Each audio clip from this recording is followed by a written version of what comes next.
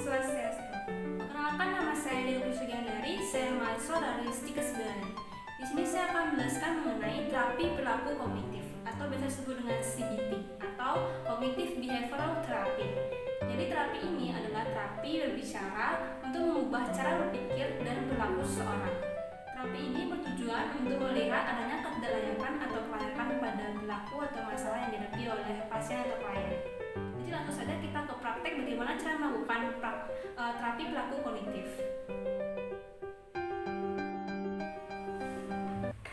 Selamat pagi Mbak Ratna. Iya, selamat pagi Mbak. Bagaimana kabarnya hari ini? Lumayan baik Mbak. Kalau gitu saya ingin melakukan terapi perilaku kognitif pada Mbak. Jadi terapi ini tujuannya untuk melihat adakah kelayakan atau ketidaklayakan pada perilaku atau masalah yang sedang Mbak hadapi saat ini. Dan nanti terapinya itu saya akan memberikan pertanyaan-pertanyaan pada Mbak. Nanti Mbak tinggal jawab saja pertanyaan-pertanyaan yang saya berikan. Kemudian nanti saya akan melihat apakah ada bukti kelayakan atau ketidaklayakan dari masalah yang Mbak hadapi. Kemudian nanti saya juga berikan solusi dari masalah yang Mbak hadapi saat ini. Iya. Jadi untuk terapi ini saya membutuhkan waktu sekitar 10 sampai 20 menit. Apakah Mbak bersedia? Iya, saya bersedia Mbak. Jadi kita mulai saja langsung terapinya ya. Jadi dalam kunjungan saya sebelumnya Mbak mengeluh bahwa Mbak merasa kurang percaya diri. Iya. Benar Mbak ya? Iya, saya merasa kurang percaya diri. Jadi apa sih yang menyebabkan Mbak merasa kurang percaya diri?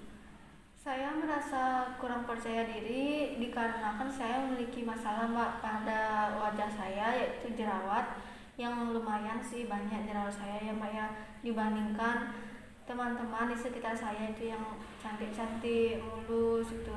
Saya sudah mencoba sih untuk mengatasi jerawat ini, untuk mencoba berbagai macam skincare yang saya lihat di YouTube atau tutorial lainnya. Tapi sampai sekarang sih belum hilang jerawat saya. Begitu Mbak ya. Ya. Jadi sikap dari Mbak menghadapi masalah ini bagaimana? Sikap saya menghadapi masalah ini sih, setiap saya bepergian saya selalu mengenakan masker, entah itu ke kampus, jalan-jalan, bahkan ngedate sama pacar saya Mbak, saya selalu mengenakan masker karena kan lebih aman aja gitu. Saya setiap diajak bepergian dengan teman-teman saya itu saya selalu berpikiran 2-3 kali untuk mengiyakan ajakan tersebut. Jadi setiap keluar harus selalu pakai masker. Iya. Jadi dari sikap yang Ibu lakukan itu, apakah Ibu merasakan adanya keuntungan dari sikap itu? Menurut saya sih ada keuntungannya. Jadi saya merasa lebih percaya diri untuk bepergian tuh sama teman-teman saya.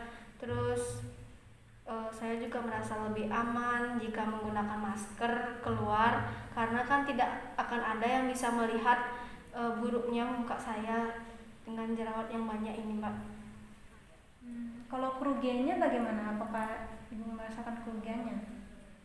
Kerugiannya sih saya merasakan tuh. Saya merasa insecure di depan publik itu. Saya selalu merasa, saya sering membanding-bandingkan diri saya dengan teman-teman saya di sekitar, dan saya selalu merasa diri saya itu paling buruk. Seperti saya saja yang merasa memiliki masalah pada wajah saya. Saya selalu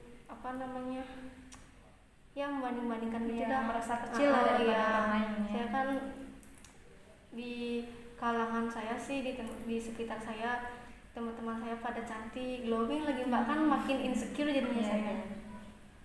Jadi dari Mbak juga sudah tahu kan kerugian dari sikap Mbak ini, dan dari perilaku yang Mbak lakukan juga Mbak sudah tahu apa sih kerugiannya, keuntungannya. Kemudian hal ini saya akan lebih korek-korek lagi apakah ini ada yang membuktikan bahwa Mbak itu merasa kurang percaya diri atau tidak. Iya. apakah Mbak pernah mengikuti lomba-lomba atau kegiatan-kegiatan yang bersifat publik begitu? Pernah sih saya mengikuti lomba. Pernah Mbak ya? Iya, pernah. Kalau boleh saya tahu lomba apa Mbak? Yang sering saya ikuti itu lomba dance, nari, ya yang mengandung tentang seni saya pernah ikut. Pernah itu. Iya. Jadi coba saya ingin memberikan solusi menurut pengetahuan saya. Iya. Jadi setiap manusia ini kan memiliki potensi masing-masing dan memiliki kelebihannya masing-masing, memiliki kekurangannya masing-masing.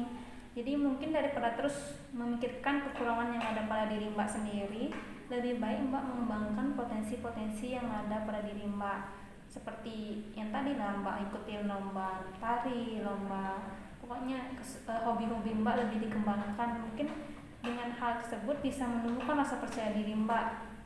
Apalagi kan itu kan menurut saya Mbak sudah merasa lebih percaya diri, karena kan orang-orang yang mengikuti lomba tari yang seperti itu kan di atas panggung, sifatnya bersifat publik gitu. Jadi Mbak sebenarnya sudah merasa percaya diri dengan mengembangkan potensi yang ada daripada Mbak. Dalam hal mengembangkan potensi itu Mbak sudah merasa percaya diri. Jadi lebih baik saya menyarankan untuk melanjutkan hal tersebut. Jadi Mbak lebih merasa percaya diri, juga semua orang jadi tahu kelebihan yang ada pada diri Mbak.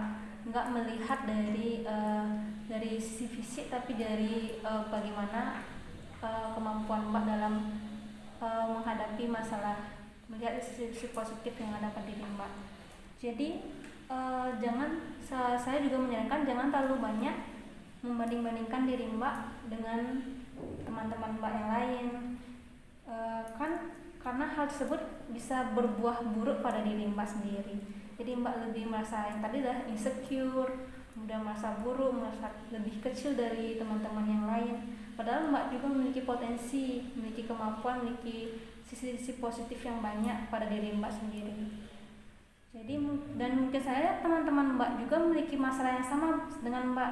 Mungkin dia punya masalah yang sama dulu sebelum berteman dengan Mbak, mungkin dia punya masalah yang sama, kemudian dia sudah menemukan solusinya. Mbak juga bisa saling curhat sama teman Mbak, bagaimana sih caranya kayak gini-gini, bagaimana caranya merawat wajah atau yang lainnya. Jadi kemungkinan saja hal tersebut juga bisa menumbuhkan rasa percaya diri pada Mbak, mungkin karena Mbak lebih bersosialisasikan kepada teman-teman yang lain. Dan untuk masalah pada wajah Mbak, lebih baik saya sarankan untuk tidak mencoba terlalu banyak skincare kan, banyak produk itu tidak baik, karena kan kita tidak tahu apakah komposisi yang ada pada produk tersebut itu cocok atau tidak pada wajah Mbak. Jadi kemungkinan yang saya tahu dari apa yang Mbak sudah bicarakan tadi, dari pembicaraan kita, kemungkinan saja wajah Mbak itu sensitif pada salah satu komposisi pada skincare tadi. Jadi makanya ada banyak iritasi atau masalah-masalah misalnya yang lain karena memakai skincare yang lebih banyak. Jadi saya rekomendasikan untuk Mbak ke klinik kecantikan. Jadi sana kan ada ahli-ahli, ada dokter-dokternya. Jadi lebih tahu dia apakah ini cocok produknya pada Mbak atau ini nggak cocok gitu. Jadi lebih baik konsultasi pada ahlinya yang lebih ahli. Sampai di sini apakah ada pertanyaan lagi Mbak? Enggak sih Mbak. Nggak ada. Ya. Jadi kalau gitu bisa nggak disampaikan ulang solusi-solusi yang tadi saya sudah berikan pada Mbak? Solusi yang saya tangkap Mbak ya, Iya. Mbak nyuruh tidak mencoba berbagai macam skincare karena Ya. itu bisa membahayakan pada wajah saya, karena kan saya nggak tahu kandungannya itu cocok apa enggak sama wajah saya. Terus Mbak lebih menyarankan untuk ke klinik kecantikan untuk mengatasi masalah pada jerawat saya dan untuk lebih mengembangkan lagi potensi yang saya miliki. Itu saja sih Mbak. Ya, juga ingat jangan terlalu banyak membanding-bandingkan diri Mbak kan. Oh iya. Ya.